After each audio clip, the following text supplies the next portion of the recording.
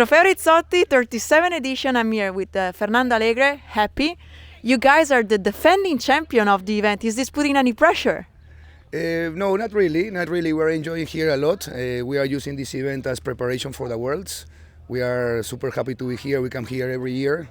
I think this is the best team racing regatta and one of the best regattas as a whole for the sailors to enjoy with all the setup, the camping, the conditions. Team racing is always fun for the sailors. They enjoy it a lot. And we have the Worlds in 1 month, so a lot of World teams are here. I think it's one of the highest level of the last editions, and we are very happy and enjoying to be here. And you're training 2 teams here. How's that going? Yes, I'm training 2 teams. First, USA Team Happy, which is a private team. At this moment, that team has 2 sailors that are going to represent US at the Worlds, and the other 3 sailors are just preparing for hopefully next year make it. And then I will be at the Worlds with the Spanish team. So the Spanish finished their selections last weekend, and we had already made plans to come here to use it as preparation for the Worlds. They are defending champions of the Worlds from last year. So there is no better event to use it as preparation as Rizzotti. So that's the reason why we also come here with both teams to prepare them for World Championship. Give me a little bit of perspective from the coaching position. So how hard it is to make them communicate in a way that they can sail as a team? Well, that's something that you actually practice in training.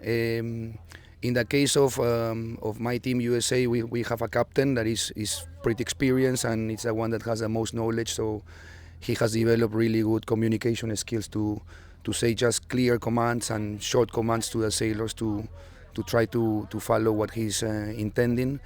In the case of Spain, we don't have yet a clear captain. We are still starting the process because they just finished their selection.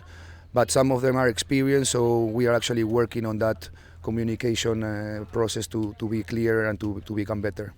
And how are you see them growing? Oh, very good, very good. I think team racing is a great way to develop sailors, especially not just on the sailing skills, on the rules knowledge, on the technique, but also on handling pressure, on handling frustration, on handling emotions. There is a lot of times that the calls could be either way, could be 50-50, and the calls go the way that they don't want, and it's part of the game. You have to accept it. You have to be mentally strong to right away take your penalty and recover quickly. And it's a very dynamic, quick changing game, so it's very good to develop actually their mental skills as well. And how are you trying to communicate with them?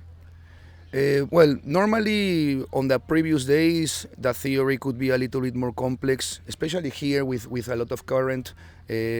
Some of the typical moves or the typical plays actually change because the current plays a very significant role, and since the wind is always shifting, the current angle it's always different in relation to the start line, in relation to the different legs.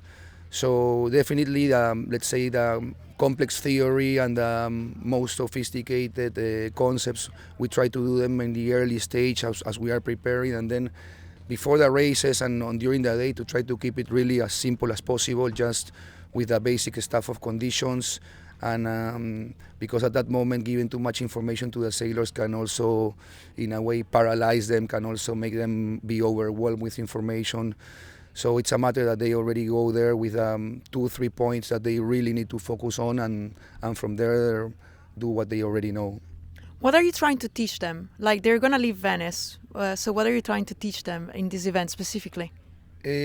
Well, I think that the main thing is that they are able, the races are short, they are 7-8 minute races, and really and you have to switch on and off every 15-20 minutes that you are racing.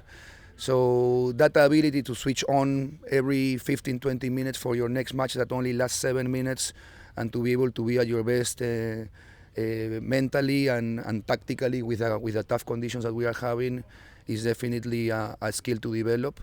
And at the same time, knowing that, of course, it's very competitive, everybody wants to win, but only one wins.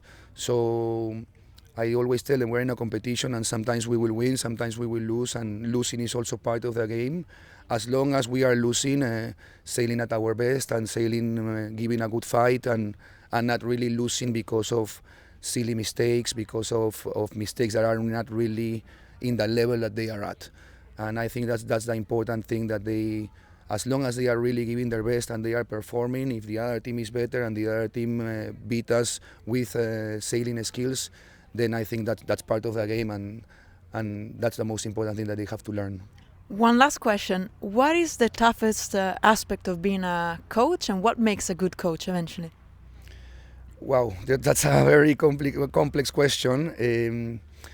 The toughest part will be to actually get to know the athletes and get to connect with them, and see how you can actually connect with each sailor to be able to transmit at the end your knowledge and your ideas. Each athlete is different, especially at junior level, at youth level, at Olympic level, and personalities as well. Some sailors get pumped up with a little bit of harder coaching. Some sailors, the opposite, they get shut down, so they need a softer communication. Some sailors need very specific commands. Some others need more broader. Some others, so it's matter of really knowing your athlete and really trying to. You have a general system, but at the end each athlete is different, and knowing your athletes to see how you can connect with them to transmit your knowledge, the information, could be one of the most complex things. But at the same time, it's also pretty fun for a coach to really get to understand that surely you have a method, surely you have a system, but how you're going to adapt it to the different cultures, countries, sailors that you are coaching is something that you learn in time, and it's something that could make a difference. So adapting to the sailors. Yes, adapting to the sailors is, I think, pretty important, especially at this age. These guys are, all of them, teenagers. They all react differently to different styles of coaching, and I think that the key thing is that sure, we have a methodology, sure, we have standards, sure, we have a system, but in the moment that I need to give a special instruction or a special information to someone, sometimes the tone of voice or the level of closeness that I'm giving or the level of motivation you can give them could vary from sailor to sailor. So I think that part of communicating with the athletes is something that is key for a coach. Well, thank you very much for the interview, and good luck for today. Thank you. Cheers. Thank you. Thank you. Bye-bye.